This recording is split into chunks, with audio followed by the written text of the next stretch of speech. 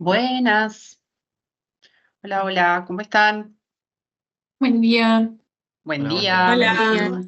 Hola, Betty. Hola, ¿cómo andan? Buen día.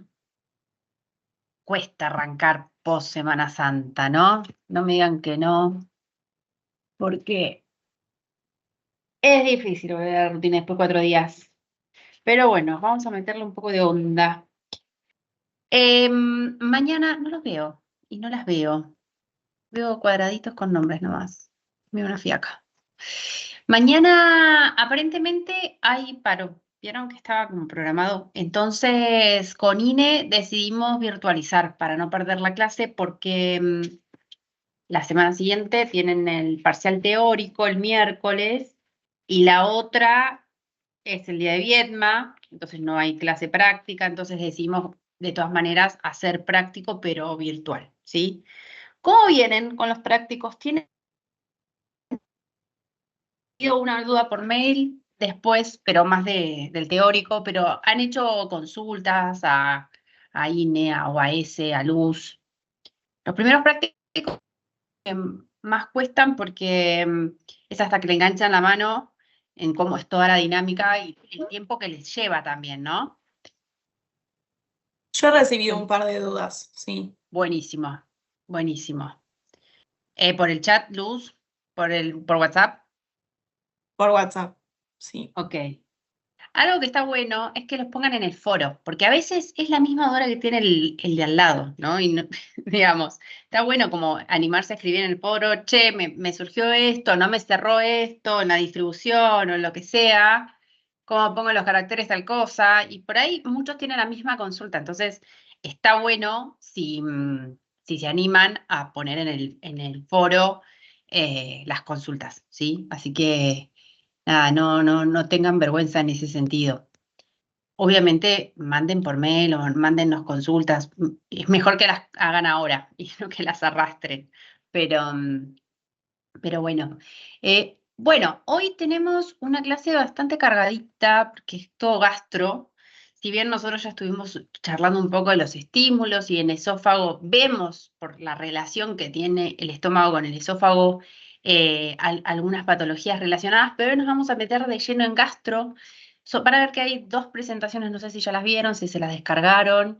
La primera es como todo lo más completo de gastro y la segunda, por si no llegamos, la dejé locutada. ¿Por qué? Porque tiene algo más de gastro, pero tiene que ver con cirugías gástricas, cuando hay resecciones parciales o totales del estómago. Entonces, bueno, se las dejé cargada, ya locutada, por las dudas. Igual vamos a tratar hoy de meterle, cosa de que mañana, si hacemos virtual, hacemos práctico, ¿sí? Porque, nada, para poder avanzar con el práctico, que si no se empieza a acumular después de tanta teoría, cómo lo llevamos a la práctica, ¿sí?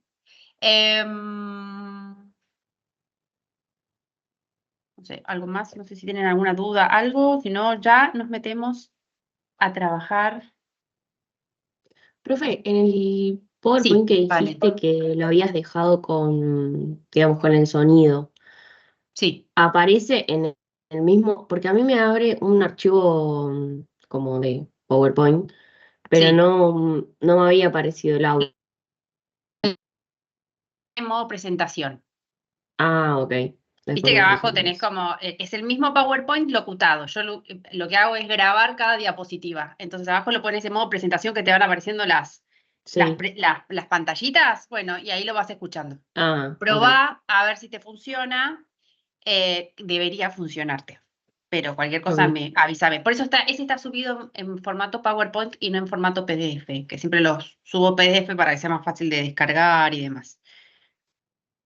¿Alguien más? ¿Alguna otra duda, consulta, algo que tengan? Nada, estamos súper bien. Bueno. Aprovechen. Aprovechen a Betty. Ahora. No, bueno, vamos a arrancar entonces. Vamos a presentar. Esperen que llegó. Ay, Fiorella. Fiorella y Nadia. Ok. Bien.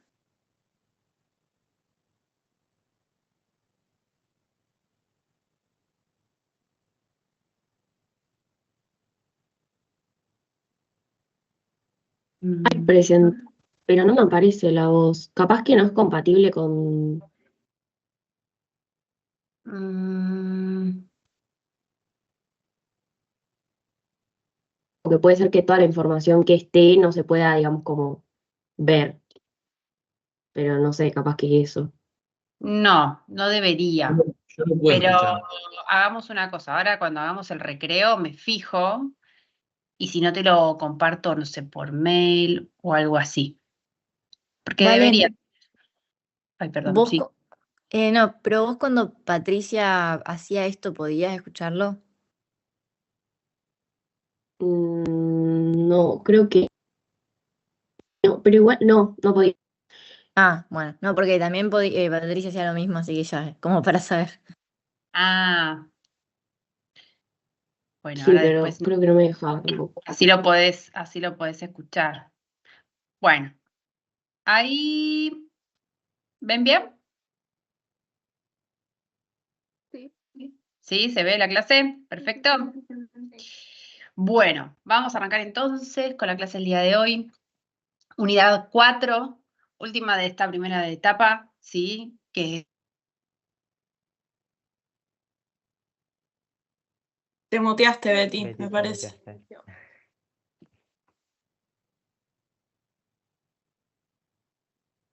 Ay, yo Ahí seguí está.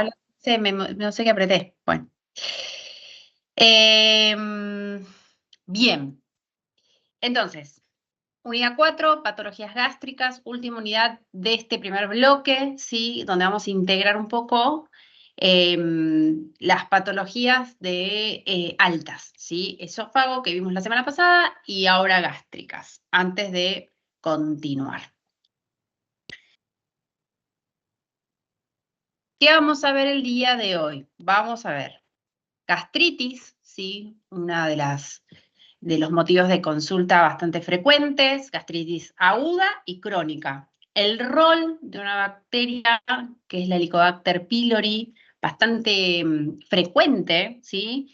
En todo lo que es la etiopatogenia y la fisiopatología de la gastritis y la enfermedad úlceropéptica, como deriva después en una úlcera, las úlceras pépticas gástricas y también las duodenales, las complicaciones de la enfermedad ulcerosa, la enfermedad de Zollinger-Edison también, conceptos de tratamiento, inhibición de la secreción gástrica, gastrectomía, como les contaba recién, complicaciones de las gastrectomías también, porque piensen que cualquier resección de algún órgano tiene un impacto, ¿sí?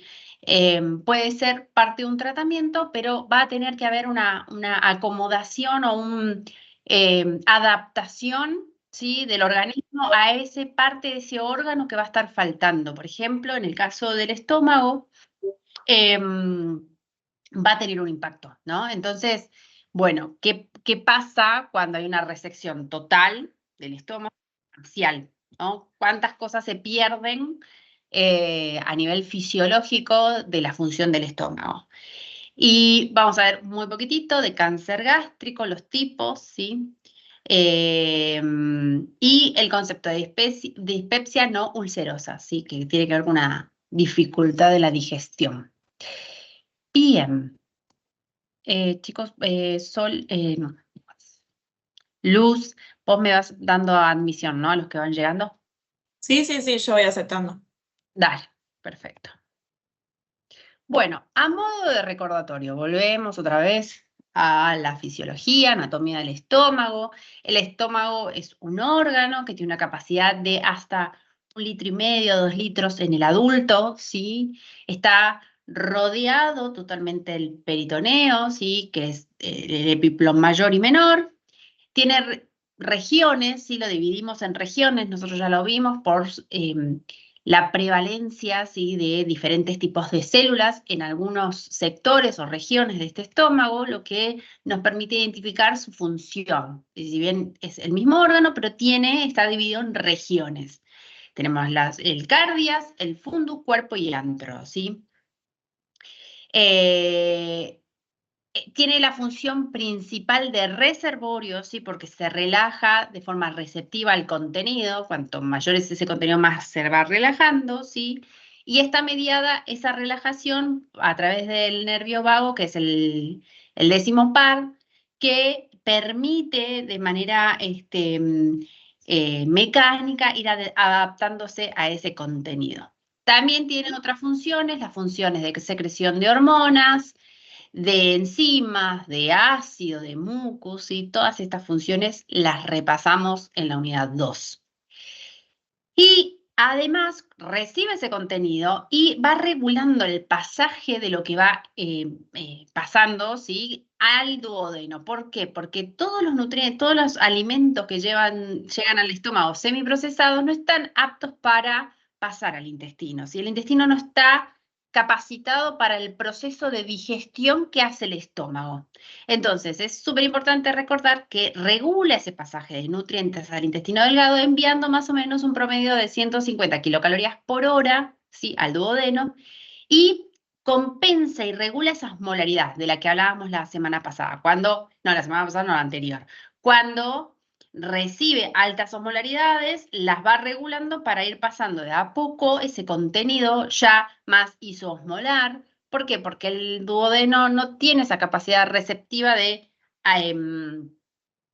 recibir esa osmolaridad alta sin ningún impacto, ¿no? Si las osmolaridades son muy altas, el duodeno se ve afectado, ¿no? Y además controla, ¿no?, todo lo que tiene que ver con sustancias ácidas, ¿sí? Recuerden que también el duodeno no puede recibir contenido muy ácido, por lo tanto tiene ese efecto buffer, ¿sí?, del mucus y las secreciones tanto pancreáticas como biliares para regular y contrarregular lo que llega. Y va de a poco este estómago demorando ese pasaje para que también a nivel partículas tenga el menor tamaño posible, ¿sí? Entonces, tanto la osmolaridad como las partículas las va regulando para que sea homogéneo lo que llega al duodeno. Esto ténganlo presente porque cuando el estómago no está, el intestino, ¿sí?, el duodeno, el intestino delgado se ven afectados por esto, por esta gran función. Sabemos también, según cada una de las regiones, que tienen diferentes capacidades secretoras por los tipos o predominios de diferentes células. Tenemos el gran sector, ¿sí?, del fundus y cuerpo, que tenemos glándulas fúndicas o oxínticas, ¿sí?, que predominan las células parietales y las principales, donde las parietales secretan ácido clorhídrico y el factor intrínseco, y las principales el pepsinógeno.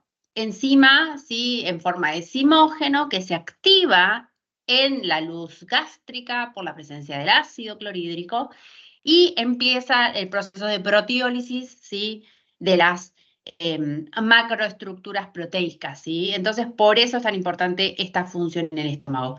Y además, la zona del píloro, la pilórica, ya tenemos más predominio de células secretoras de enzimas, que son las que van regulando. Recuerden que toda la regulación es neurohumoral, ¿sí? Tiene una regulación neurológica, como vimos, a través, por ejemplo, del nervio vago y todas sus ramas, y humoral, es decir, a través de la secreción de hormonas, ¿sí?, que van regulando y se van autorregulando también.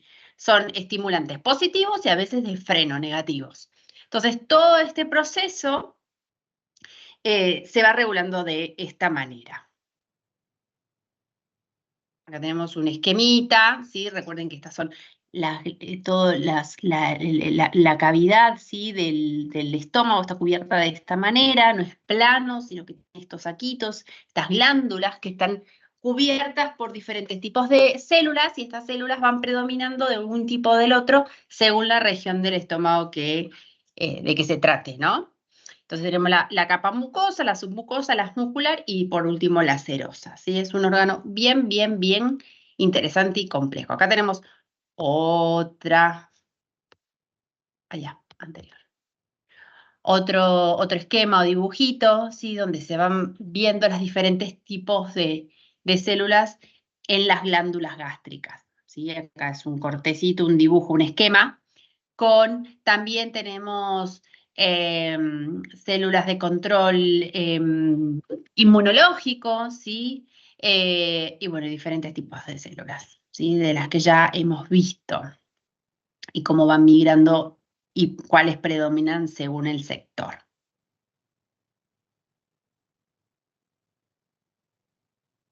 Bien, ahora arrancamos con las primeras patologías, ¿sí? Hasta ahora vimos todo lo que sucede de manera fisiológica normal, cómo es el estómago, qué funciones cumple, pero vamos entonces ahora de lleno a meternos en las diferentes patologías, porque son los motivos de consulta con los que llegan los pacientes, y por otro lado, cómo a partir de esa fisiopatología o esa sintomatología que presenta el paciente, vamos a tener que adecuar después el tratamiento nutricional. Entonces, lo primero que vamos a ver es la dispepsia funcional, ¿sí? ¿Qué se conoce como dispepsia funcional? ¿Qué es la dispepsia funcional? Es una molestia, es un dolor que persiste en el abdomen superior, ¿sí? Esto es importante para que se identifique de dónde viene el dolor. A veces dicen, tengo dolor de panza. Bueno, fantástico, pero ¿dónde? ¿Sí? ¿Dónde se ubica esa molestia? ¿Es más baja? ¿Es intestinal? ¿Es gástrica? ¿Cómo es ese dolor? ¿Cómo es esa molestia, no? Estas molestias pueden ser por causas orgánicas, que hay reflujo o enfermedad por reflujo gastroesofágico, puede haber gastritis, puede haber úlceras o cualquier otro trastorno, pero la dispepsia funcional son molestias que son gastroduodenales que persisten o que son muy recurrentes y no se sabe el origen. Es decir, podemos tener malestar por alguna causa, sí, perfecto, pero cuando ese malestar eh, persiste, es constante y no hay ninguna causa conocida. Es decir, el paciente va a la consulta, va al gastroenterólogo y le hacen una videoendoscopía digestiva alta, una veda, ¿no? Con la camarita, todo, le controlan, está todo normal, no hay gastritis, no hay ninguna alteración. Esto se conoce como dispepsia funcional, ¿sí?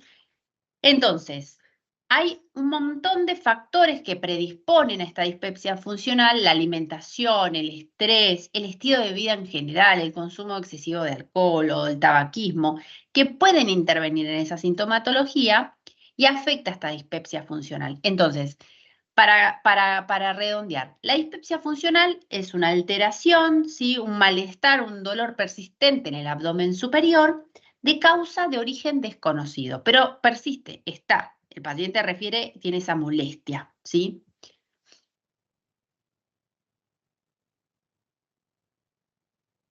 Entre el 15 y el 20% de los adultos presenta síntomas, ¿sí?, de dispepsia funcional a lo largo de un año, ¿no? Distensión, sensación de saciedad precoz o náuseas o mucho eructo también, ¿no? Refieren como que tienen mucho eructo, ¿no?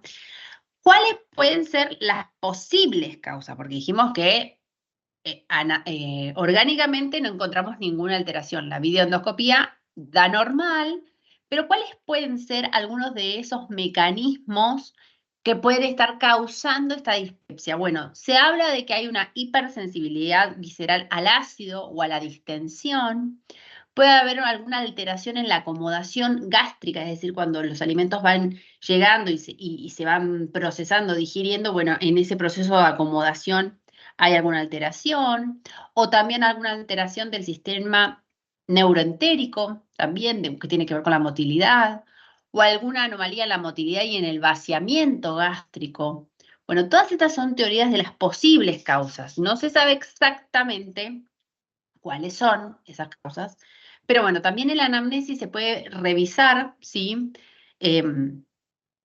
¿Cuáles son aquellas cosas que pueden estar predisponiendo a esta sintomatología, ¿sí?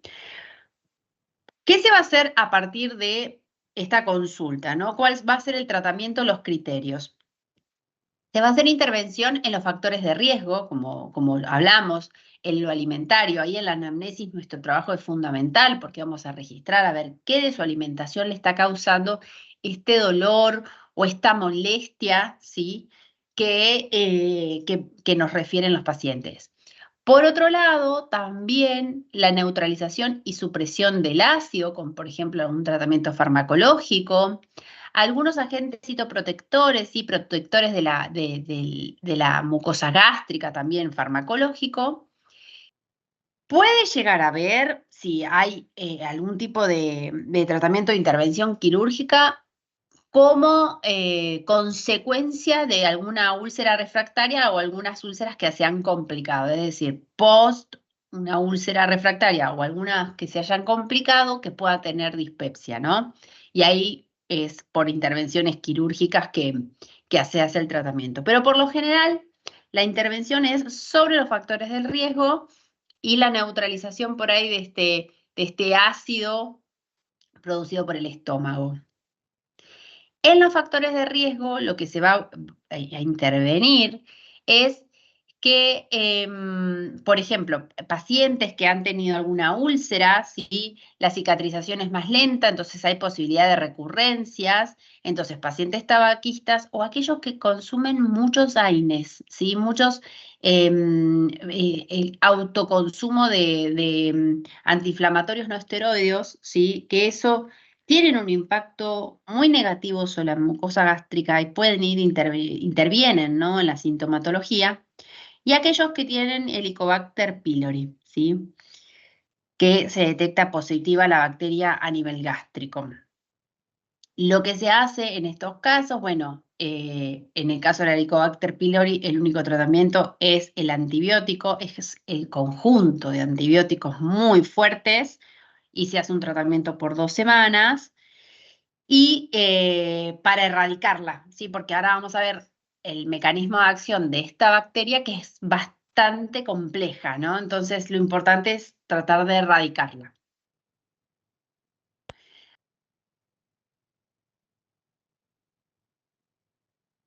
En cuanto a la neutralización y la supresión del ácido, sí se van a dar algunos antiácidos que, por supuesto, estos antiácidos el médico tratante tiene que indicar de qué manera, cuánto, porque también puede traer como complicación diarrea, ¿sí?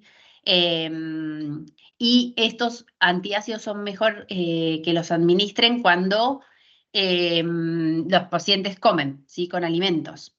Y ahí el vaciamiento en estos casos, también lo que pasa con estos antiácidos, que se enlentece el vaciamiento y se prolonga la acción amortiguadora, el efecto buffer, digamos, de estos antiácidos, que son los de venta libre, ¿no?, los comunes que ustedes ya conocen, como el Milanta, ¿sí?, ese tipo de antiácidos. Si no, están los antagonistas del receptor de hidrógeno 2, ¿no?, de la bomba de protones, que estos disminuyen la secreción directamente del ácido. No la neutralizan una vez que ya se secretó, sino que la disminuyen. Así que bueno, esos son los diferentes tipos de tratamientos farmacológicos que hay respecto de la neutralización. Después están los inhibidores directamente de los IBP y los anticolinérgicos, ¿sí?, que son como los que, como vimos la semana pasada, como el Sertal, por ejemplo, que ayudan es como antiespasmódico, ¿no?, en el dolor. Pero bueno, por supuesto, todo fármaco tiene sus efectos secundarios, ¿no? Entonces, bueno, también hay que pensar en esto. Pero bueno, ayudando a la sintomatología son parte de esos tratamientos, ¿no? Dentro de los que inhiben directamente la bomba de protones, los IBP son los más efectivos, ¿no? Y los otros se usan como cotratamiento, ¿no?, que acompañan. También hay otros que son citoprotectores, es decir, que protegen la mucosa o estimulan la secreción de moco y bicarbonato para que esa mucosa gástrica esté más protegida, como el misoprostol, ¿no?, que es análogo sintético de las prostaglandinas. Y también está el polímero de sacarosa y sulfato de aluminio, que es el sucralfato, que también se fija de manera específica en las zonas donde hay lesión, ¿sí?, de la mucosa. Así que hace como una especie de barrera artificial, entonces protege también la mucosa gástrica. Bien, entonces, ¿qué es lo importante de la dispepsia funcional? Que es un cuadro sintomático que tiene factores predisponentes, que no tiene una causa conocida, que sí tiene, ¿sí?, algunos factores que influyen, ¿sí?, y que se supone o que se presupone que pueden estar influyendo en su aparición, ¿sí? Por lo tanto, el tratamiento tiene que adecuarse según esos factores de riesgo, ¿no?, según esos antecedentes propios del paciente, y adecuarlo, ¿no? Obviamente, un paciente con dispepsia funcional, más allá de que la veda le dé normal, ¿sí?, que el estudio de base diga, bueno, no, la veda normal no tiene Helicobacter pylori de repente, pero bueno, en su anamnesis, en su registro, podemos observar y podemos ver qué son aquellas cuestiones que podemos modificar desde sus hábitos alimentarios, ¿sí? Porque no solamente tiene que ver con si es o no tabaquista o si consume alcohol o no, sino cómo come, cómo, de qué manera, qué tipo de alimentos come, ¿sí? Y adecuarlo a un adecuado gástrico. ¿Sí? Nosotros sabemos qué cosas retrasan el vaciamiento gástrico, qué cosas o qué factores intervienen en la sensación o de pirosis, de acidez, ¿sí? Entonces, revisando su alimentación, su anamnesis, podemos adecuar muchísimo y mejorar la sintomatología, ¿sí? Bien, la Helicobacter pylori. Esta bacteria es muy interesante porque ya en el 83, dos científicos australianos la pudieron aislar, ¿sí? En un expirado de una biopsia gástrica en un paciente que tenía gastritis crónica activa. Y ahí no la aceptaron directamente al principio como el causal, ¿sí? La comunidad de gastroenterólogos tardó en aceptar a esta bacteria, que era la que podía estar haciendo la enfermedad úlceropéptica, ¿sí? Es una bacteria gram negativa, es espiralada, es muy móvil, ¿sí? Tienen estos pelitos que la permiten moverse. Y lo más interesante y sorprendente es que ella es la que puede vivir en medio ácido, ¿sí? ¿Por qué? Porque produce una ureasa, ¿sí? Que le permite que alrededor de la bacteria donde está viviendo se neutralice ese ácido. Es decir, independientemente que el medio sea ácido, la bacteria se instala igual, ¿sí? Esto es lo sorprendente de esta bacteria, por eso se aloja en el estómago y desencadena, ¿sí? Toda una respuesta inflamatoria, inmunológica, que dura toda la vida, salvo que se cure, ¿sí? Salvo que se erradique la bacteria. Hay distintas cepas de esta misma bacteria con distinta virulencia, ¿sí? Y se transmite de manera fecal oral y o endoscópica oral, es decir, a través de un endoscopio. No debería. Esta última pues, tendría que ser la más eh, aséptica, ¿no? Pero bueno, puede suceder. Y la prevalencia de la infección con esta bacteria a nivel mundial es más o menos del 50% de la población, ¿sí? Variando, ¿no? Entre el 70 y 90 en América del Sur, América Central, África, Estados Unidos y Canadá, ¿no? Digo, América del Sur, África, y América Central entre el 70 y el 90, y Estados Unidos y Canadá entre el 20 y 30%. O sea, es bastante distinto la prevalencia, pero más o menos el 50% de la población presenta Helicobacter pylori sin saber que la tienen muchas veces, ¿eh? O sea, piensen que lleva su tiempo hasta que pueda tener efectos o sintomatologías visibles, pero cuando el paciente refiere síntomas gástricos, uno de los testeos es ver si está la bacteria y tratarlo. Otro punto también importante es que el tratamiento es solo antibiótico, es decir, si no se hace el tratamiento antibiótico correctamente, no se erradica, ¿sí? Porque esta bacteria, como les decía, el dibujo es muy gráfico porque se instala en el estómago, ¿sí? Se agarra a la mucosa, a la pared gástrica y crea una enzima, que es la ureasa, que hace que hidroliza urea para obtener amoníaco y entonces ahí neutraliza la acidez gástrica. Entonces se mantiene como en un microclima alcalino y ahí puede sintetizar sus propias proteínas y está instalada, ¿sí? Otra cosa que también produce es fosfolipasa, ¿sí? Entonces va rompiendo las paredes celulares, ¿sí? También tiene tropismo celular, ¿sí? ¿Qué es esto? Que a pesar del recambio celular, vieron que cualquier mucosa tiene un recambio celular, ¿sí? Cualquier mucosa o piel tiene recambio celular. Pero esta bacteria tiene la capacidad de no despegarse con la mucosa que se va, así que barre.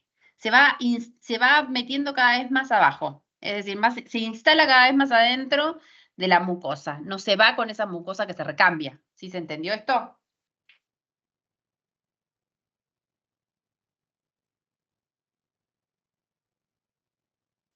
Sí. Perfecto. Entonces, crea uriasa, fosfolipasa y tiene la capacidad del tropismo celular, es decir, se agarra a la pared celular. La mayoría, como les decía, de los infectados desarrollan una gastritis crónica, ¿sí? Activa, no atrófica, que suele ser asintomática, ¿sí? La gastritis crónica atrófica, ¿sí? Puede ir evolucionando, ¿sí? Con el paso del tiempo, ¿sí? Los pacientes que tienen la Helicobacter pylori tienen entre 2 a 6 veces más riesgo de desarrollar cáncer gástrico con respecto a los no infectados. Esto no quiere decir, chicos, que linealmente un paciente con Helicobacter pylori desarrolle cáncer gástrico, pero estas gastritis crónicas sin tratamiento, que son atróficas, pueden ir derivando luego, por ejemplo, en un adenocarcinoma o en un linfoma gástrico, ¿sí? Las evoluciones son más frecuentes de aquellos que no tienen la bacteria a nivel gástrico.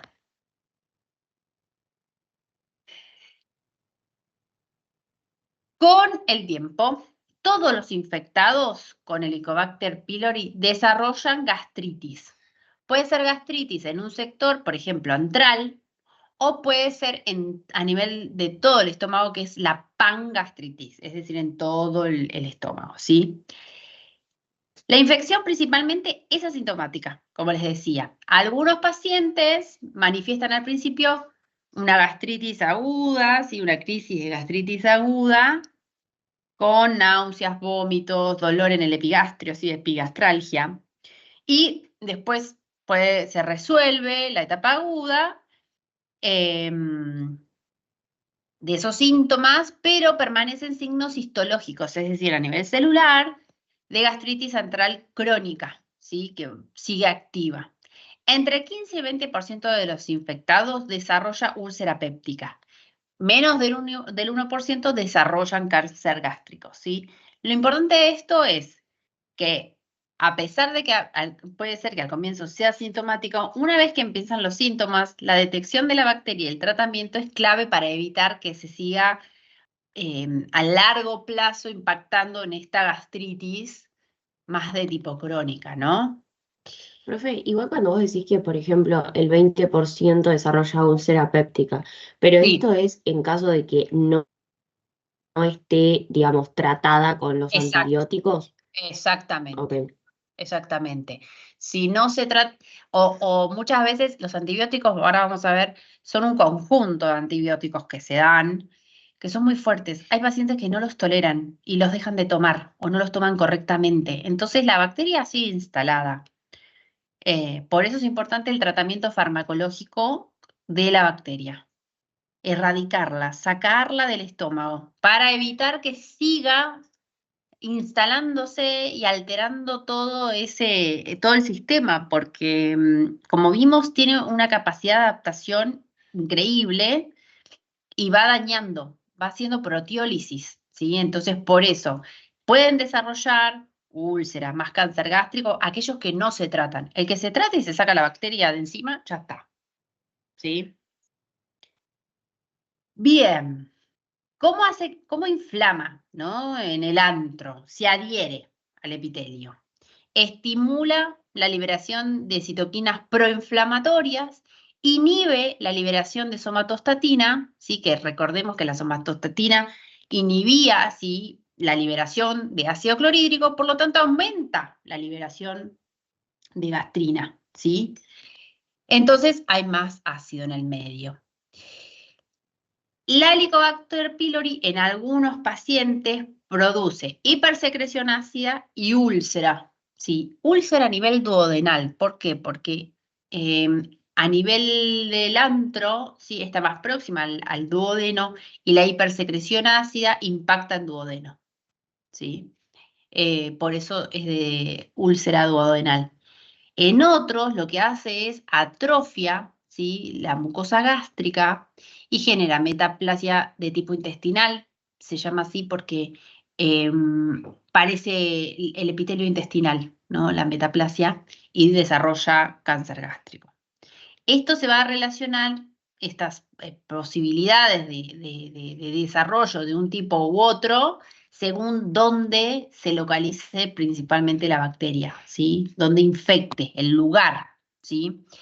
Si está a nivel antral, hay hipersecreción ácida, gastritis crónica y úlcera a nivel duodenal, principalmente. Si está en el cuerpo gástrico, hay hiposecreción ácida, gastritis crónica, úlcera gástrica y puede derivar en cáncer, ¿sí? Pero esto es donde se ubique principalmente la colonia de esta bacteria. ¿Se entendió esto? Es por el tipo de células que afecta. Si se coloca a nivel antral o en el cuerpo.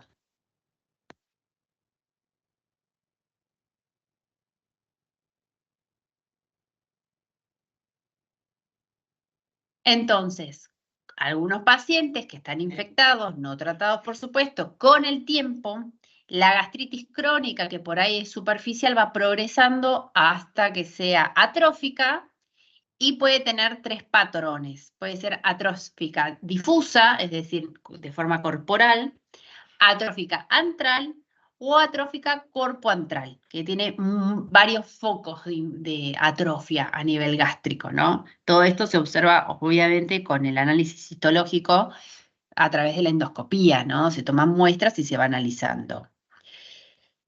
Bien, Perdón, sí, obvio. una consulta, pero con respecto a la anterior, a donde estaba dividido entre el antro y cuerpo, Sí, ahí. sí. Ahí no genera entonces ácido, o sea, no hay una No, disminución hay en el menor cuerpo. secreción ácida. A nivel del antro, Sí. va a haber una hipersecreción ácida por esto que estábamos viendo acá arriba, porque va a aumentar la liberación de gastrina. Recuerden que el antro tiene mayor cantidad de células, de células que secretan hormonas, ¿sí?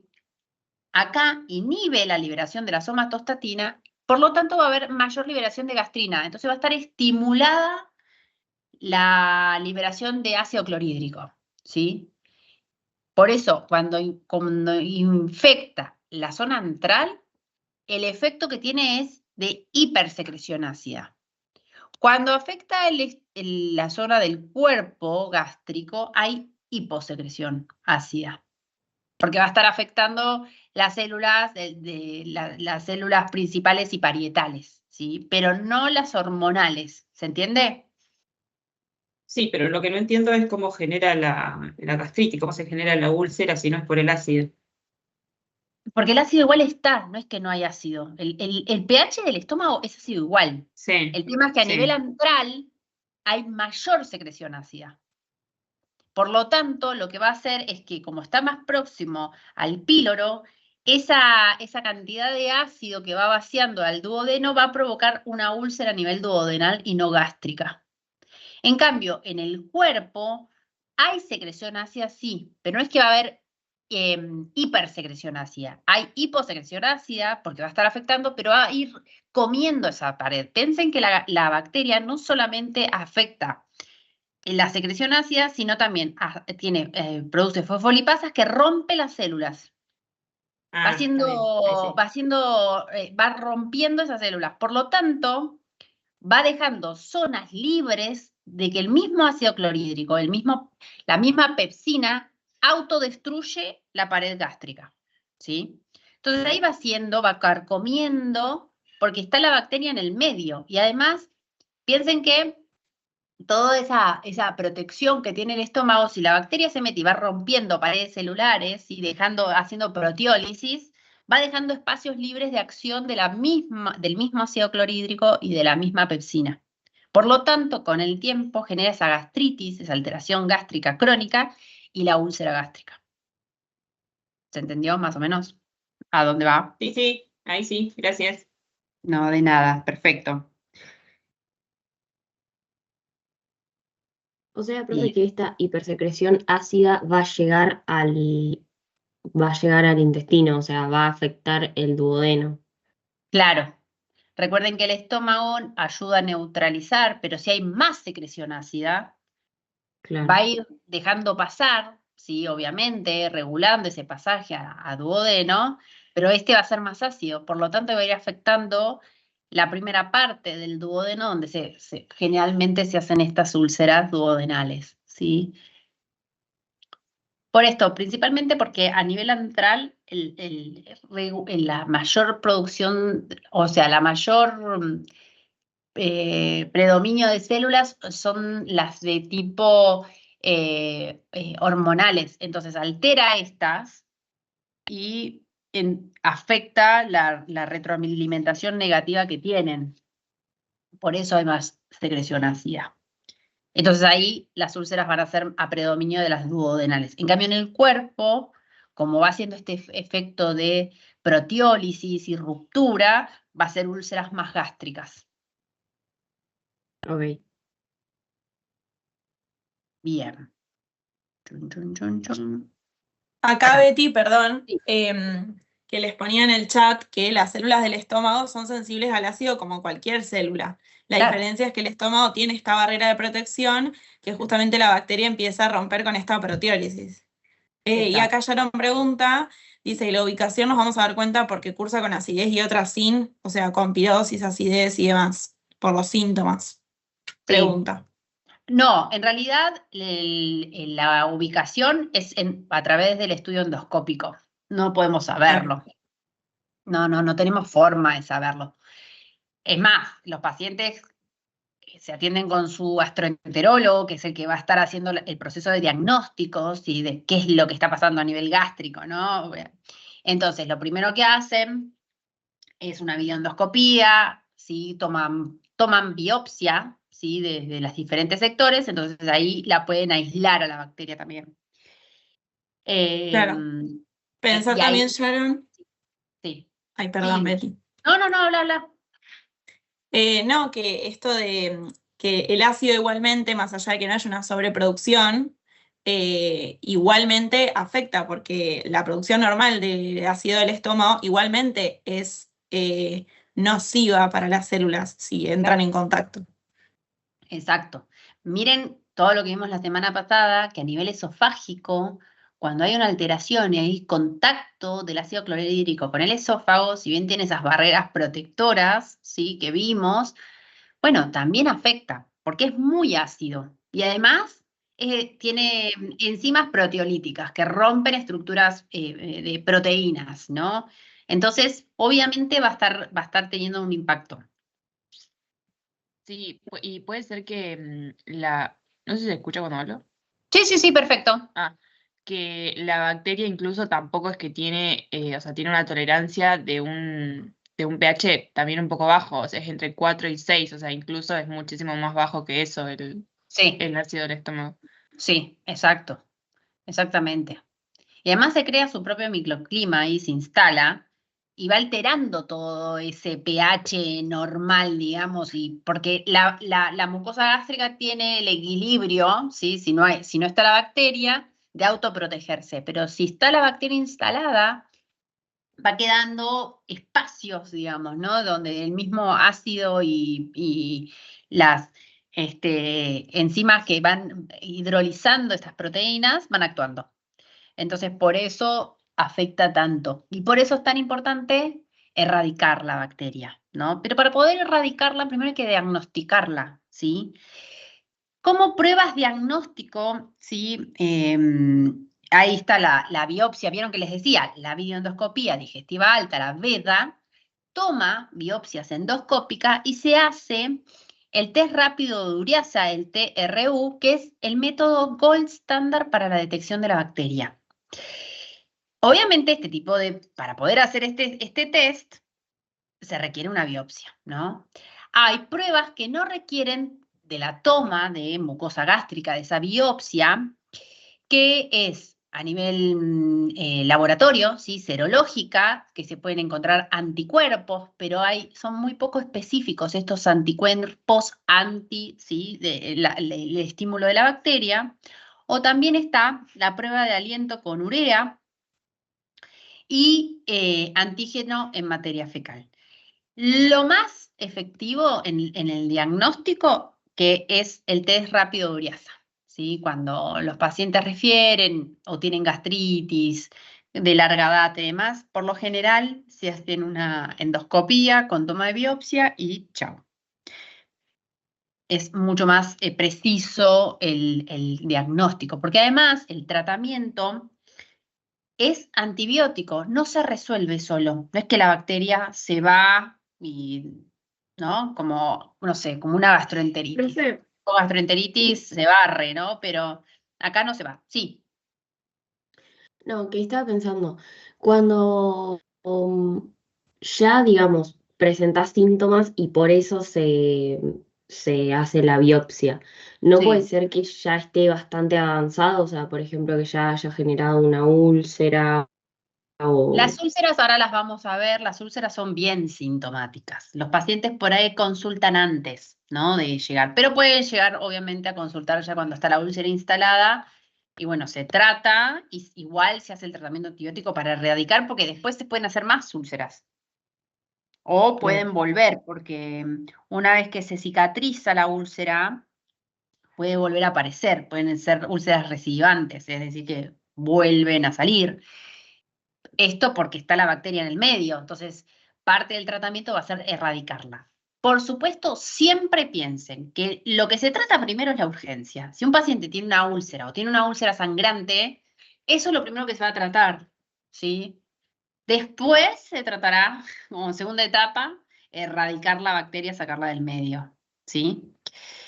Y el tratamiento implica antibióticos y es la mezcla de estos antibióticos, ¿sí? Entonces, amoxicilina, metronidazol, tetraciclina y claritromicina, o sea, son una bomba, ¿sí? Gástrica para erradicar a la bacteria. Porque la erradicación acelera la mejora, ¿sí? Obviamente, de las enfermedades inflamatorias que están asociadas a la presencia de la bacteria, la gastritis, las úlceras gástricas y las duodenales, y la recurrencia, como les decía, de aquellas úlceras que vuelven y vuelven y vuelven, ¿sí? Entonces, por eso, cuando se detecta, hay que sacarla a la bacteria. No hay ¿Es otra. sí o Sí. sí, digamos, la combinación de 4 pastillas diferentes o hay como una que Combinaciones englobe todo? farmacológicas, sí. Cada gastroenterólogo tiene su manualcito de tratamiento, pero sí, porque además hay que ver si el paciente es alérgico a alguno de estos fármacos también.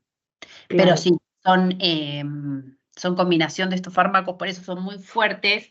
Y ya les digo, yo he escuchado a muchos pacientes que me refieren que les cuesta hacer el tratamiento antibiótico, pero no es un antibiótico de amplio espectro como solemos tomar, o solo la amoxicilina. Vieron que ya la amoxicilina de por sí es pesadita. Bueno, imagínense la combinación de esos cuatro, ¿no?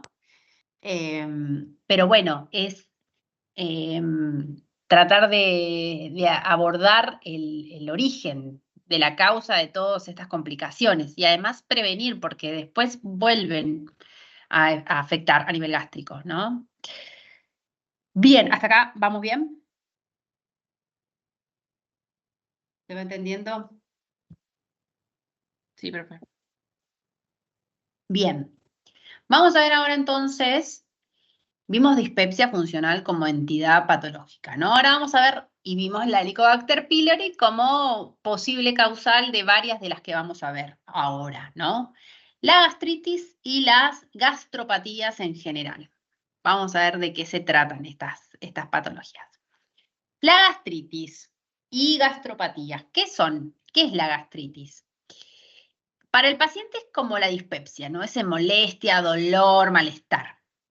Para la persona que hace la endoscopía, el endoscopista, es la presencia de edema o eritema en la mucosa gástrica. Así se ve cuando se hace la endoscopía. Para los patólogos que analizan esas muestras, es la presencia de inflamación observada en el estudio histopatológico de la mucosa. Es decir, cuando se toma la biopsia, se observa a nivel histológico ese proceso inflamatorio. Entonces, la gastritis es respuesta inflamatoria de la mucosa gástrica. Eso es la gastritis. Es un proceso inflamatorio en la mucosa gástrica.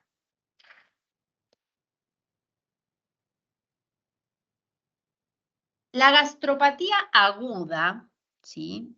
No infecciosa, viene acompañada de algunos agentes causales. Por ejemplo, la aspirina, el ácido acetil salicílico, la famosa aspirina. Ahora ya se usa más ibuprofeno, pero el ibuprofeno también es parte de los AINES. Ibuprofeno, diclofenac, todos esos antiinflamatorios no esteroideos, ¿no? Que estos tienen como efecto inhibir la síntesis de prostaglandina en la mucosa gástrica, que estimulan, estas prostaglandinas son las que estimulan la producción de moco y bicarbonato por las células epiteliales superficiales del estómago.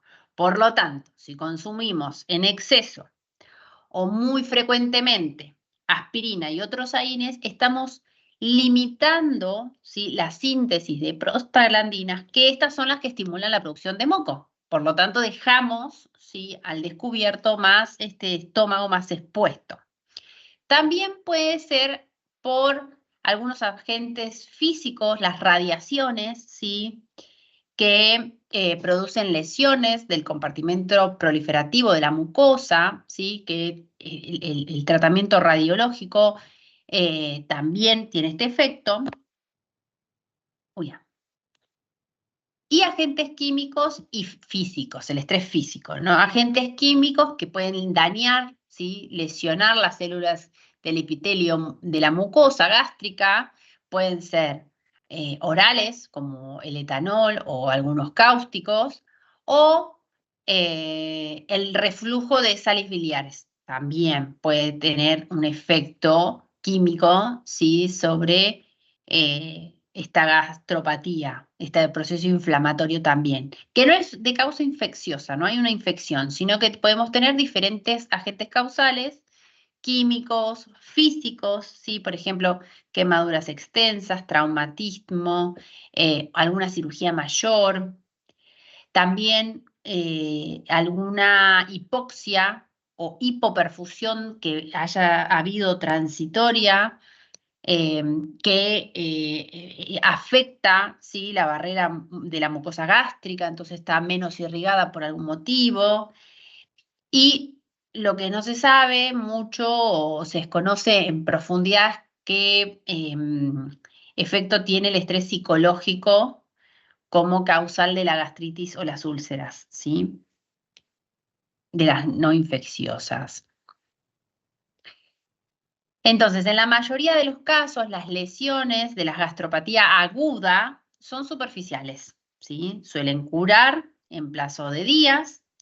La lesión epitelial es modesta, hay edema, ¿sí?, una congestión vascular. Los signos más visibles son las erosiones y úlceras muy asociadas a la gastropatía por algún tipo de estrés químico, físico, ¿sí?, que se daña. Se localizan en cualquier parte del estómago, más frecuentemente en la parte alta del fondo, ¿sí? Y las úlceras pueden perforarse o lesionar arterias submucosas dando hemorragias en las gastropatías. Piensen que puede ser agudo, dependiendo los causales que vimos recién, y pueden ser leves o pueden ser un poco más graves, ¿sí? Si causan algún tipo de úlcera, por el agente causal, ¿no?, que llega a causar una úlcera, puede también producir una hemorragia. Y también tenemos las gastritis o gastropatías de tipo agudas, pero son infecciosas, ¿sí? Y las infecciosas, como vimos recién, es la del Helicobacter pylori. Otra bacteria no se instala, ¿sí? Es raro encontrar una gastritis bacteriana de otra bacteria que no sea el Helicobacter pylori, ¿sí? Por estas características que tiene, que se instala en un medio en un medio ácido, ¿sí? Entonces, de las no infecciosas vimos todos los agentes causales que vimos recién. De las infecciosas, la principal es la Helicobacter pylori, ¿sí?, que causa esto que vimos cómo actúa esta bacteria. Otras bacterias pueden generar gastritis en pacientes por ahí muy ancianos o alcohólicos donde el pH ácido es más bajo, perdón, es más alto, es más alcalino, ¿sí? o pacientes con alcoholismo crónico, malnutridos o inmunosuprimidos, donde está alterada esa secreción ácida. Entonces, por ahí alguna otra bacteria puede llegar a instalarse. Pero la Helicobacter pylori es la que predomina, ¿no? En estos casos, por ejemplo, el neumococo, la Escherichia coli, ¿sí? También podría instalarse en un pH un poquito más alcalino. Los estreptococos alfa hemolíticos. Todos estos podrían instalarse, pero ya les digo, en este tipo de pacientes, pacientes muy mayores, pacientes con antecedente de alcoholismo, malnutridos o inmunosuprimidos. Y también el citomegalovirus, como virus, puede afectar el estómago, recién estábamos hablando de bacterias, ¿no? Pero a nivel infeccioso, como virus, en pacientes que están inmunosuprimidos, pero principalmente que son VIH positivos, ¿no? Que tienen desarrollada la enfermedad del SIDA. Entonces, en esos casos puede el citomegalovirus también causar una gastritis de tipo infecciosa, de causa viral, ¿sí? Bien. Hasta ahí vimos las gastritis agudas. Ahora vamos a ver las crónicas, ¿sí? Que estas se dan principalmente en personas que ya son mayores de 50 años y las vamos a clasificar en dos grandes grupos, ¿sí? Según dónde se localice esa gastritis, ese proceso inflamatorio. Vamos a tener la forma A, que se da cuando esta gastritis es en el cuerpo o en el fundus, ¿sí? Es el techito del estómago, el fondo. Y si no, la forma B es en el antro, ¿sí? Ambos tipos se caracterizan por ese proceso de inflamación de la mucosa, con linfocitos y células plasmáticas presentes, ¿sí? En esas células mucosas.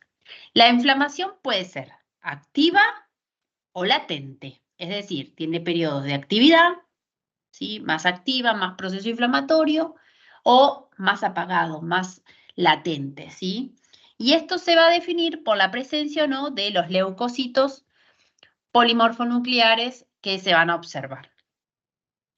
Entonces, la gastritis crónica con el tiempo, ¿sí? La inflamación crónica puede generar atrofia del epitelio, si el epitelio se va atrofiando, que es lo que da la gastritis crónica atrófica, y esta gastritis atrófica suele acompañarse de metaplasia intestinal, es decir, se transforma ese epitelio en un epitelio más parecido al intestino, por eso se llama metaplasia intestinal, del epitelio gástrico, y tiene mayor riesgo también con el tiempo de forma crónica de desarrollar adenocarcinoma gástrico, ¿sí? Por esta alteración.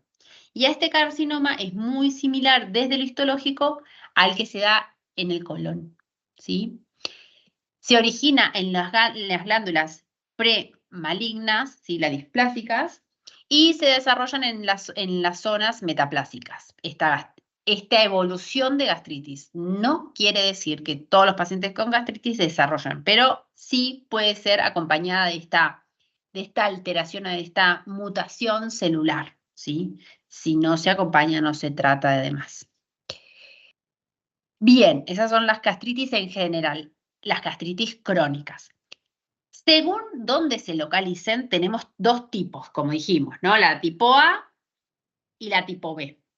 La tipo A es en el cuerpo o en el fondo del estómago, en el fundus, también llamada fúndicas o autoinmunológicas, ¿sí? Constituye el 20% de los casos de gastritis crónica, aproximadamente. El rasgo es la destrucción autoinmunitaria de las células productoras de ácido, ¿sí? Sabemos que en este caso suele estar acompañada también de otras endocrinopatías, que son las que afectan el sistema endocrino. Por ejemplo, la tiroiditis de Hashimoto o la diabetes tipo 1 o el hiperparatiroidismo, ¿sí? Entonces suele estar acompañadas por ahí de otras endocrinopatías y el rasgo es que hay una destrucción autoinmunitaria de las células de producción de ácido, ¿sí? Por lo tanto, genera esta gastritis a nivel crónico, afectando de esta manera. ¿Sí? ¿Se entiende?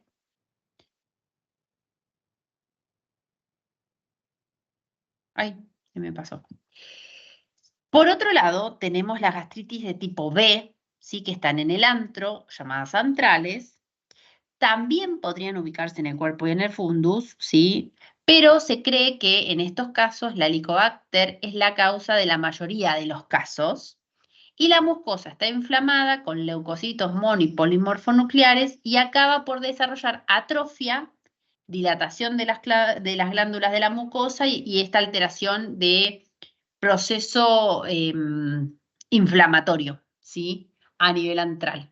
Entonces, repasando, tenemos gastritis, ¿sí? Que puede ser aguda y crónica. Dentro de las agudas, las causas pueden ser no infecciosas o infecciosas. Las no infecciosas, vimos diferentes agentes que las pueden causar y la severidad de la misma va a depender de la causa, ¿sí? Del origen de esa gastritis.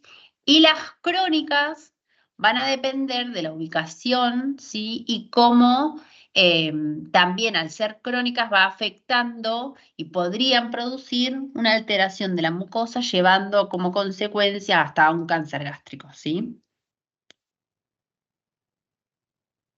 Bien. ¿Se entendió hasta ahí, gastritis? ¿Vamos bien? Sí, profe, ¿Vamos tengo una a seguir? duda igual. Sí, dime. Dime, Recién dime. recién cuando hablaste de gastritis tipo A, crónica tipo A, eso que decías de que se empiezan a destruir las células productoras de ácido, ¿eso va a Sí. hacer que se produzca más o menos ácido, no? Cuando, las tipos del cuerpo, volvemos para atrás. Claro, las de Estas, cuerpo y fondo. sí. ¿Cómo decías? Que al destruirse las células productoras de ácido se produce menos ácido. Sí, en realidad sí, va a ser menos producción de ácido, va a estar, es complejo, porque en realidad el estímulo de la secreción va a ser el mismo, porque no está el antro afectado, pero sí va a haber una alteración de la producción de ese ácido, ¿sí? En menos, porque se están destruyendo estas células productoras de ácido. Aunque el estímulo positivo hormonal no va a estar aumentado, pero sí las células que producen ácido. Piensen que esa variación igual no es tan polar, ¿no? Como que hay cambios en ese pH, pero no va a ser tan alcalino, ¿sí? Va a seguir siendo ácido. Por lo tanto, el proceso inflamatorio también va a estar en esa gastritis.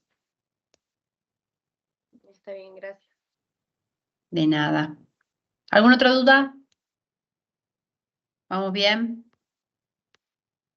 Ahora vamos a pasar a las úlceras, a la enfermedad úlceropéptica, ¿sí? Bien. Acá tenemos un esquemita. Y acá tenemos la Helicobacter pylori, ¿ven?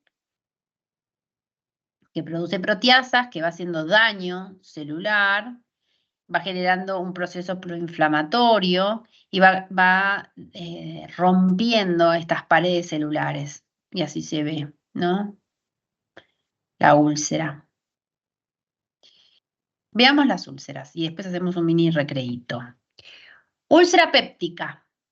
¿Cómo se define? Son todas aquellas úlceras que están ubicadas en el estómago, en el duodeno y también pueden ser en el esófago, ¿sí? Las que más predominan, vamos a ver que en el esófago son en menor medida, pero duodeno y estómago son bastante frecuentes.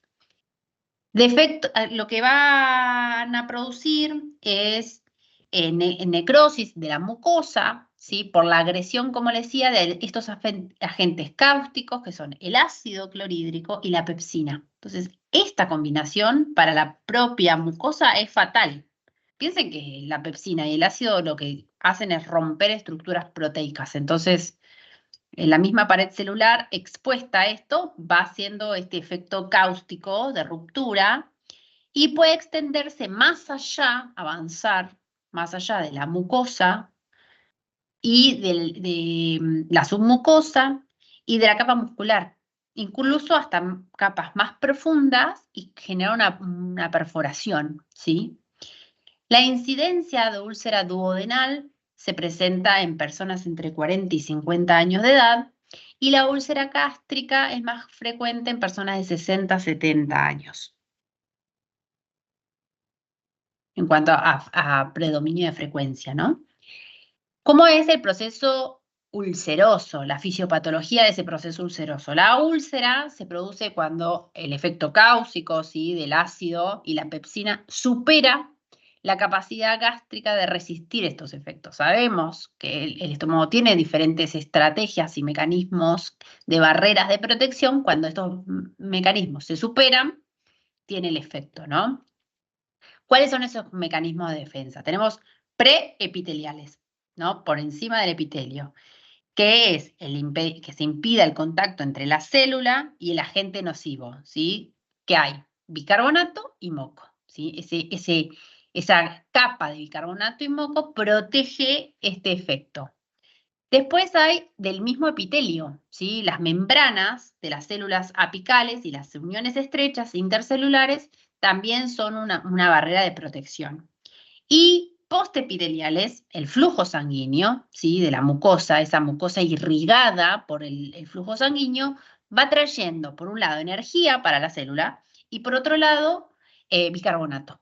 Entonces, estos tres mecanismos de defensa son los que, si se supera, se produce el proceso ulceroso. Las causas de la enfermedad ulceropéptica, ¿sí?, en el siglo XX, a principios en realidad del siglo XX, se la relaciona con el estrés, la dieta, como causales de la gastritis y la úlcera péptica. Ya en 1950 se pone atención en el ácido como la causa, y el tratamiento de elección en los 50 fue los antiácidos. Después en los 70 nacen los antagonistas receptores de H2, anti-H2, y en los 80 los IBP, ¿sí? Pero ante la recurrencia de las úlceras, se empieza a dar, como les decía, cuando se descubre la bacteria, la Helicobacter pylori, se empieza a dar como mayor papel, o se reconoce como uno de los causales a la Helicobacter pylori y también al consumo de los AINES, ¿sí?, en estas úlceras y gastritis. ¿Por qué? Porque el consumo masivo de AINES, no de un tratamiento específico, pero piensen que los AINES son de consumo masivo, de venta libre, y la gente se automedica muchísimo. Entonces, esto también se vio como uno de ese efecto cáusico que tiene los AINES sobre la mucosa gástrica como uno de los predisponentes a desarrollar esta enfermedad ulceropéptica. Entonces, las principales causas son la Helicobacter pylori, el consumo crónico de AINES, que es el principal en las no infecciosas, ¿sí?, por Helicobacter pylori. Nosotros vimos varios agentes causales no infecciosos de las gastritis que derivan después en úlceras, pero la principal es el consumo crónico de AINES. También puede ser causada por otras enfermedades, ¿no? El tabaquismo, enfermedad renal crónica, la cirrosis alcohólica, que la vamos a ver cuando veamos hepatopatías, el citomegalovirus, la enfermedad de Crohn, que la vamos a ver ya ahora cuando empecemos con intestino delgado, y el Zollinger-Ellison también puede causar úlceras de tipo pépticas. Bien. Dentro de las úlceras vimos que tenemos úlceras, pueden ser a nivel esofágico, a nivel gástrico y a nivel duodenal. Las más frecuentes son las úlceras duodenales, porque en el 85% de los casos, como les decía, el ácido y la pepsina tienen peor impacto a nivel duodenal. El estómago tiene cierta barrera y capacidad de resistir tanta acidez, el duodeno no. Entonces, gran parte de esas úlceras se da a nivel duodenal. suelen ser en el bulbo, en la primer porción, en el codito del duodeno, ¿no? Por una cuestión de dónde llega ese ácido. La barrera duodenal sabemos que es menos resistente a la lesión del ácido y la lesión péptica, y la lesión se genera si hay algún trastorno en la secreción también de bicarbonato a nivel duodenal, porque también sabemos que el duodeno produce bicarbonato para proteger, ¿sí?, tanto el duodeno como las secreciones pancreáticas, como el árbol biliar, producen esa protección a nivel duodenal. Pero si hay también alguna alteración de esta, bueno, es más factible que pueda tener una úlcera de este tipo.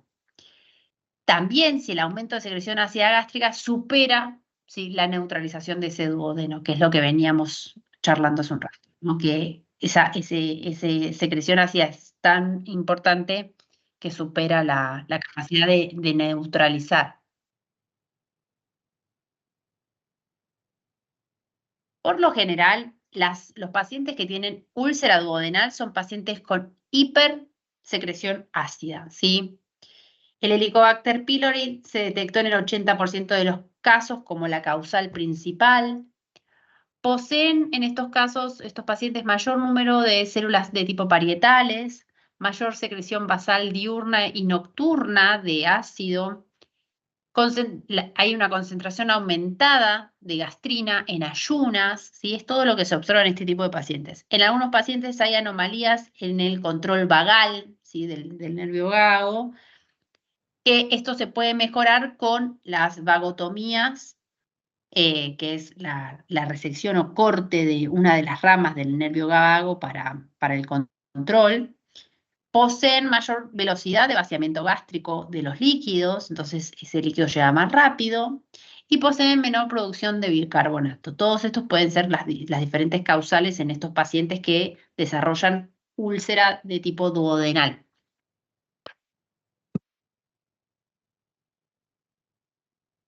¿Cuáles van a ser los síntomas de la úlcera? No es lo mismo que la sintomatología de una gastritis, ¿eh?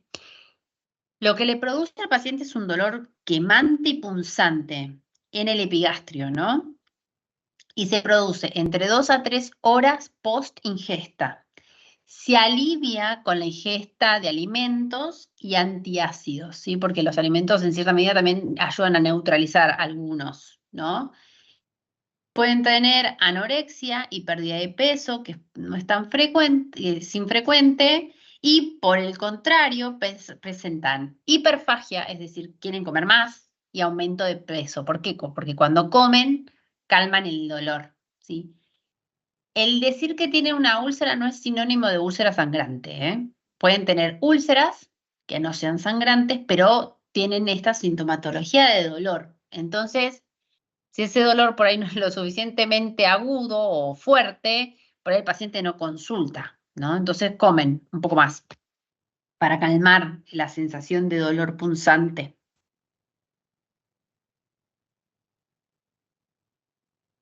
Las úlceras gástricas, ahí tenemos una endoscopía. Del total de las úlceras representa aproximadamente el 15% y están relacionadas con el cáncer gástrico, por lo general. La Helicobacter pylori se detecta en el 60% de los infectados como el agente causal. La mayor parte de las úlceras gástricas se alojan en la curvatura menor, ¿sí?, del antro o cerca de la unión con la mucosa del cuerpo, ¿sí?, cerca del cuerpo gástrico. Capaz que esa angulación del estómago en esa parte puede alterar el riego sanguíneo normal, ¿sí? Entonces por eso se sospecha que puede ser esta la localización. Sobre todo si la úlcera afecta al techo, el cuerpo gástrico, se asocia con hiposecreción gástrica, ¿sí? Menor secreción gástrica de ácido. Otras causas también puede ser el reflujo biliar, es decir, duodeno gástrico, por una alteración en el píloro, ¿sí? El píloro un poco más relajado, entonces hay baja presión de este esfínter y puede haber reflujo biliar, entonces también lo puede causar. Y también alteración en la motilidad antral, que haya un retardo del vaciamiento gástrico, ¿sí? Esto también puede ser una de las posibles causales. ¿Cuáles pueden ser las complicaciones, ¿sí?, de la úlcera péptica? Puede haber una obstrucción de la luz, según donde se ubique, ¿sí? Porque las úlceras profundas pueden generar edema, ¿sí?, inflamación, edema y espasmos muscular agudo, y curan con retracción cicatrizal, es decir, se altera en ese proceso de cicatrización, se altera y hay una retracción. Entonces puede producir obstrucción también, ¿no? Si esta úlcera se ubica en el antro, ¿no?, cerca del píloro, o en el duodeno, puede también causar esta obstrucción de la luz, ¿no?, por la localización. Estrecheces, puede provocar también estrecheces fibrosas, y en estos casos van a requerir de cirugía, ¿no?, porque obstaculizan ese flujo. Otra de las cosas que pueden causar las úlceras son hemorragias, ¿sí? No todas causan hemorragia, no se las imaginen que todas las úlceras pépticas son hemorrágicas. Entre el 15 y el 20% de los pacientes con úlceras pépticas desarrolla hemorragia digestiva alta. A veces la hemorragia es un poco, no es tan abundante, a veces sí son más abundantes, que requieren, sí, las más grandes son las más serias y requieren de un tratamiento quirúrgico, se llama ligadura, sí, urgente, sí, porque son hemorragias más masivas. Las que son de pequeñas arterias, por ahí esa úlcera toca una pequeña arterita chiquitita, esta se coagula, sí, se cicatriza espontáneamente. Lo que ve el paciente después en las heces, ¿qué va a hacer? Si tiene una hemorragia digestiva alta. Alta porque es donde se ubica, ¿no? La sangre digerida, color oscuro. Sí, exacto. ¿Cómo se llama eso? Melena. Melenas, perfecto. Entonces, uno de los signos que se puede observar, si el paciente, uno de los signos de alarma también para el paciente, es que si tiene úlceras y si tuvo hemorragia, es que vea melenas en sus heces, ¿no? Las hemorragias más masivas a veces traen vómitos con sangre, ¿no? Sangre roja, no llega como a coagularse, y en estos casos sí o sí requiere tratamiento quirúrgico, ¿sí? Pero vuelvo a lo mismo, no todas las úlceras causan hemorragia. Igual hay que tratar esas úlceras pépticas, porque tarde o temprano, si no se tratan, pueden llegar a una hemorragia, ¿no? Por cómo se van lesionando. ¿Qué complicaciones pueden traer las úlceras pépticas? ¿Cómo se manifiestan? Bueno, como les decía, hematemesis, que es el vómito con sangre, de las más graves, ¿no?, las más importantes. Las melenas, ¿sí?, que es materia fecal negra. Hematoquesia, que es la aparición de sangre roja, pero en ano. La fatiga, también causada por la anemia, porque va perdiendo sangre. Y por ahí un síncope, ¿no?, como pérdida de conocimiento. Podría llegar a complicarse. El 80%, ¿sí?, dejadas a su libre evolución, que no son tratadas, estas hemorragias, paran solas, ¿sí? Piensen que las graves son alrededor del 20%, el 80% paran solas, ¿sí? Y la causa de estas hemorragias digestivas altas son las úlceras gástricas, ¿sí?, o duodenales, la gastritis de tipo erosiva.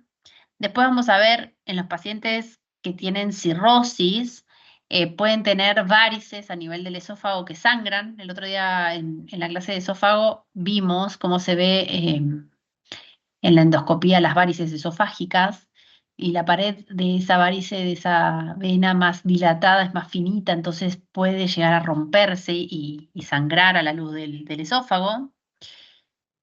Y después también por el síndrome de Mallory-Weiss. Pero estas hemorragias, piensen que se curan solas, digamos, por lo general.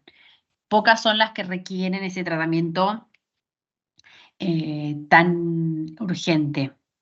La perforación, ¿sí? Es decir, que hay penetración de todas las capas de gástricas o duodenales que pueden comunicar con el peritoneo, y ahí puede haber pasaje de ácido de bilis o del contenido de la luz intestinal y gástrico. Estas sí requieren, ¿sí? Esta es una complicación mayor porque pueden generar una sepsis, una peritonitis con septis. Y en estos casos, cuando son úlceras perforantes, sí requieren también de una cirugía urgente para su cierre. Piensen que hay una comunicación anormal entre el estómago o el duodeno y el peritoneo, ¿no?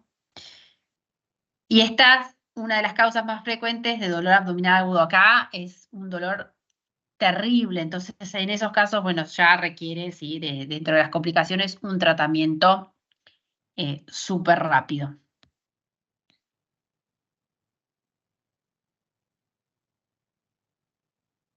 Como les decía también hace un ratito, el síndrome de Zollinger-Ellison es una afectación, ¿sí? Que hay una producción excesiva de gastrina, ¿sí? Porque se puede dar generalmente por un tumor, un gastrinoma, en el páncreas o en el intestino delgado.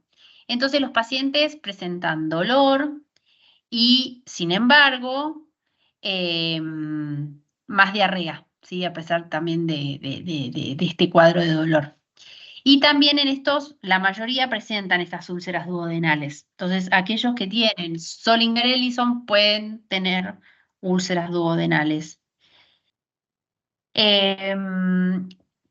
¿Cuándo se sospecha este síndrome? Cuando el paciente tiene úlcera o reflujo con Helicobacter pylori negativo, es decir, que no es positivo para el Helicobacter pylori, son refractarios al tratamiento, es decir, a pesar del tratamiento igual siguen teniendo las úlceras y presentan formas virulentas de úlcera o de reflujo gastroesofágico en lugares más inusuales, ¿no? De los que veníamos charlando. Entonces ahí se sospecha de un síndrome de Zollinger-Ellison.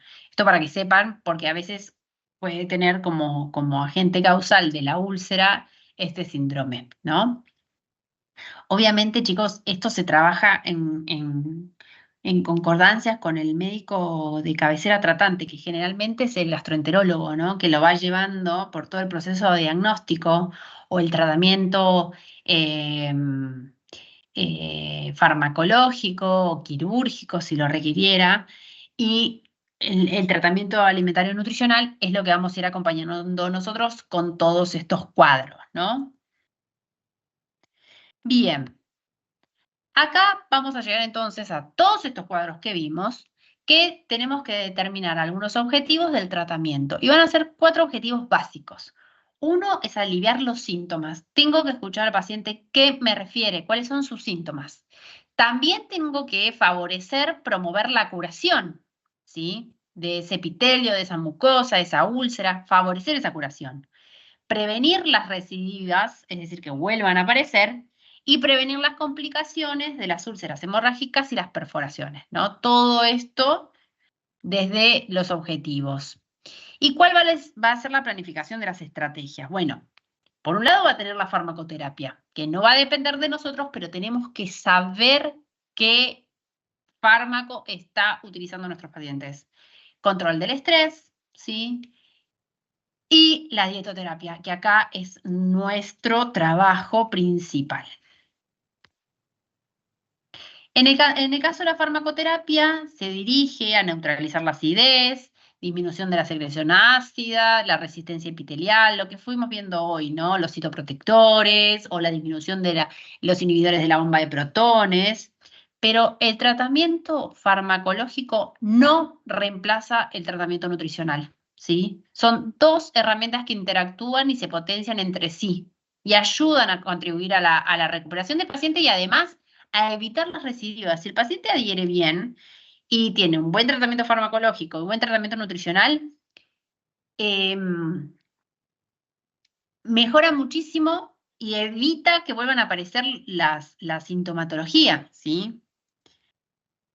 ¿Qué se utiliza? Antiácidos, bloqueante del receptor H2, antibióticos, sí, como hemos visto para el Helicobacter pylori, protectores de la mucosa, inhibidores de la bomba de protones, ¿sí? Control del estrés. Si bien sabemos que no hay evidencia actualmente de qué manera el estrés como agente causal puede producir, ¿sí? Una gastritis, una úlcera, ¿sí? El estrés es una respuesta automática natural del cuerpo ante situaciones que resultan amenazadoras o desafiantes. Entonces, sabemos que el estrés desencadenado por los niveles de cortisol, ¿no? Esto es beneficioso y necesario, ¿sí? Y ayuda a ponernos en alerta, a salir de situaciones de peligro, ¿sí? Pero si esto es muy excesivo, trae impacto en la salud. Por eso es importante mantener el control, ¿sí? Llevar una vida saludable. Entonces, algunas pautas de control pueden favorecer en general los niveles de estrés, ¿no? Como tomarse el tiempo para uno mismo, relajaciones, ejercicio también que genera endorfinas, no solamente el ejercicio como sinónimo de control de peso, sino como productor de endorfinas.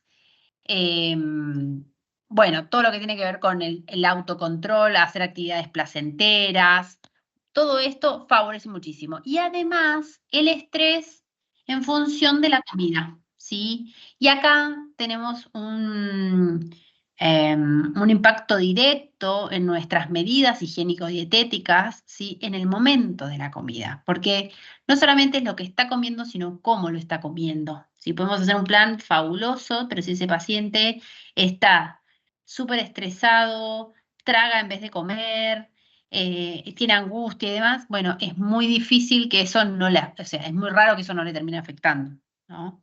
Entonces, tratar de buscar espacios, ¿sí? Para comer pausadamente, en lo posible no fumar, cuando no fumar por lo general y menos cuando se está comiendo.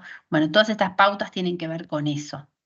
Y por otro lado, tenemos la dietoterapia. Y acá nos vamos a posicionar y vamos a dividir, ¿sí? El objetivo de tratamiento en función de aliviar los síntomas, de disminuir y neutralizar la secreción de ácido.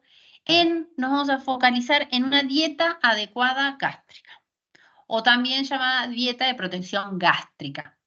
Y vamos a hacer adecuaciones de este adecuado gástrico, ¿sí? Este plan alimentario adecuado gástrico, según la sintomatología que presente.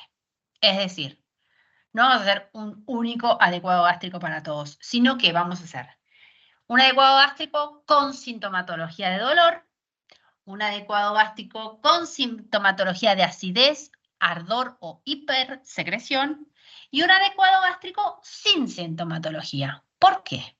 Porque el adecuado gástrico en un paciente que tiene alguna patología gástrica nos va a ayudar a evitar que se vaya a la sintomatología de dolor, a la sintomatología de acidez y a las complicaciones, ¿sí?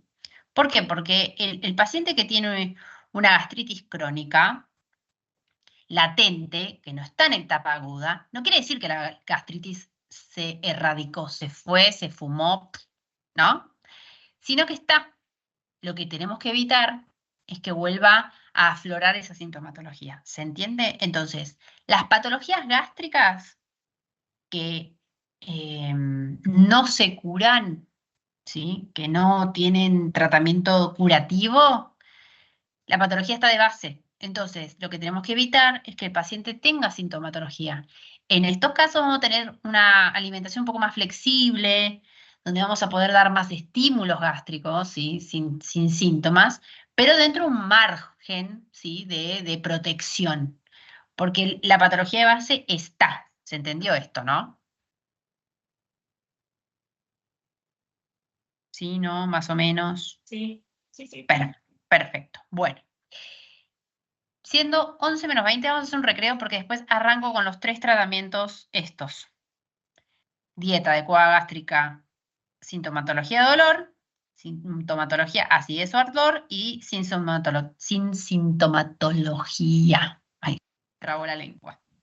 ¿Sí? ¿Les parece? Hacemos 10 minutitos de recreo y volvemos a... Ay, que me preguntan en el chat. Volvemos para el adecuado. Sí, Lucila. ¿Querías preguntar algo? No, profe, fue sin querer. Ah, ok. Bueno. 10 de recreo y seguimos. Profe, perdón, yo te quería preguntar algo. Dime.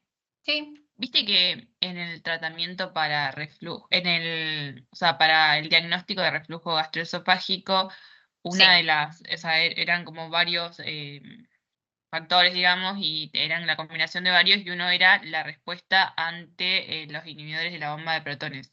Sí. ¿Qué quiere decir la respuesta? O sea, si ante eso, digamos, como que los síntomas cesan un poco, o como... Sí, porque a veces parte del tratamiento era disminuir la hipersecreción ácida. Entonces, cuando tienen poca respuesta, ahí sigue habiendo más secreción ácida. Entonces, hay personas que no responden correctamente a ese tratamiento farmacológico.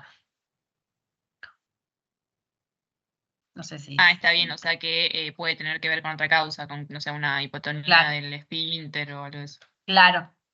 Entonces, Ok. porque además piensen que dentro de la enfermedad por reflujo, el tratamiento, por lo general, es disminuir la secreción ácida, además de favorecer el esfínter o ver si hay, no sé, por ejemplo, una hernia, entonces una hernia yatal, bueno, se busca la causa, pero eh, muchas veces el tratamiento de los IEP es como de la línea de acción principal, porque tienen buena respuesta, pero a veces si no son buenos respondedores a ese tratamiento, puede que siga teniendo, digamos, esos reflujos y sigan siendo ácidos, muy ácidos. Claro, y que tenga que ver con otra causa que no sea una hipersecreción ácida. Exacto. Listo, buenísimo, gracias. No, de nada. ¿Alguien más tiene alguna duda?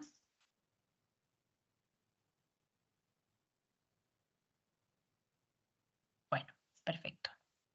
Vamos a recreo entonces.